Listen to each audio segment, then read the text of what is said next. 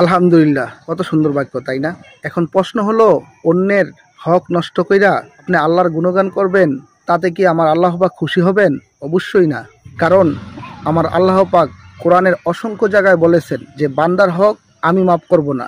আপনি যদি নামাজ না পড়েন, হয়তো আল্লাহ মাফও করে দিতে পারেন, ঠিক না? তো আপনি অন্যের হক নষ্ট করলে ওর কাছ থেকেই আপনার মাপ নিতে হবে, অন্যথা আপনি মাপ পাবেন না, আল্লাহ আপনাকে মাফ করবেন না। আপনি যত বড় আল্লাহর প্রশংসা করেন না কেন, কোনো লাভ নাই তাতে। আপনি এই যে গাছটা নষ্ট করে আল্লাহু আকবার লেখলেন, লা ইলাহা ইল্লাল্লাহ মুহাম্মাদুর রাসূলুল্লাহ লেখলেন, অথবা আলহামদুলিল্লাহ লেখলেন, এই গাছের মালিকের কাছ থেকে কি আপনি অনুমতি নিয়েছিলেন? অবশ্যই নেন নাই।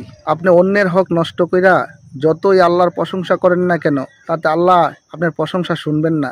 যেই লোকের এই ক্ষতিটা করছেন, মানে গাছের মধ্যে পেরেক বসাইয়া যে ক্ষতিটা করছেন, তার কাছে যাইয়া মাপ চান যে আমার ভুল হয়েছে, নয়তোবা আল্লাহ সোয়াবের পরিবর্তে আপনি গুনার ভাগিদার হবেন।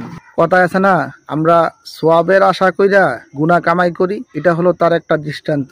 অন্যের হক নষ্ট কইরা, অন্যের গাছ নষ্ট কইরা আপনি আল্লাহর প্রশংসা করবেন, এই ইসলাম প্রচার করার জন্য আপনাকে কে অনুমতি দিছে? সো সাবধান, অন্যের হক নষ্ট করার থাইকা বিরত থাকুন, সঠিকভাবে ইসলাম প্রচার করার চেষ্টা করুন।